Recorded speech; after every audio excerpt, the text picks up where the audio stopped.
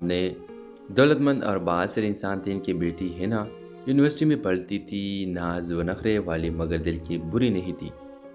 एक दिन हिना फैक्ट्री आई और यासिर से पहली मुलाकात हुई। यासिर की सच्चाई और शराफत ने हिना को मुतासिर किया और आहिस्ता आहिस्ता के दरमियान इन दोनों के दरमियान बातचीत बढ़ने लगी। 6 महीनों में हिना ने यासिर से अपने दिल की बात कह दी। यासिर हैरान भी हुआ और परेशान भी। हिना बीबी, आपके और मेरे दरमियान ज़मीन व आसमान का फ़र्क है।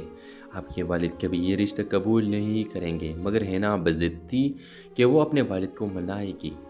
इधर फैक्ट्री में एक बड़ा फ्रॉड सामने आया। कुछ मुलाजिमीन ने लाखों रुपए गायब कर दिए। इल्ज़ाम यासिर पर लगा दिया गया क्योंकि वो अकाउंट संभालता था। रफ़ीक साहब ने गुस्से में कहा, मैंने तुम्हें बेटे की तरह रखा और तुमने धोखा दिया।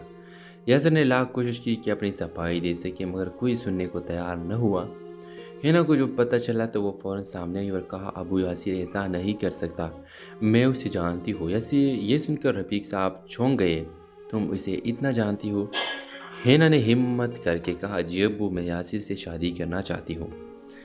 ये सुनकर घर में तूफान आ गया। रफ़ीक साहब ने यासिर को बुरा भला कहा और दिख के देकर निकाल दिया। महल्ले में बदनामी अलग फैल गई। यासिर के वालिदैन भी दुख में डूब गए। यासिर ने हिम्मत न हारी। उसने सच्चाई साबित करने के लिए खुद तहकीक शुरू की। दिन रात मेहनत करके इसने सबूत इकट्ठे किए कि असल में फैक्ट्री के मैनेजर और अकाउंट्स क्लर्क ने मिली भुगत से रकम चुराई थी। और जब ये सबूत अदालत में गए तो सच सामने आ गया।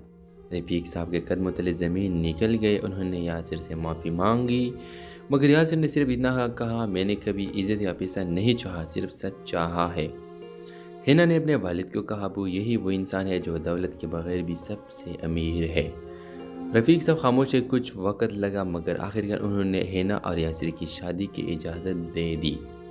ड्रामा सीरियल के हवाले से अपनी राय की इज़हार लाजमी कमेंट करें। साथ में हमारे यूट्यूब का चैनल सब्सक्राइब करना मत भूलिए। Thanks for watching. अल्लाह हाफिज़। व्यूअर्स, फैसलाबाद के एक महल में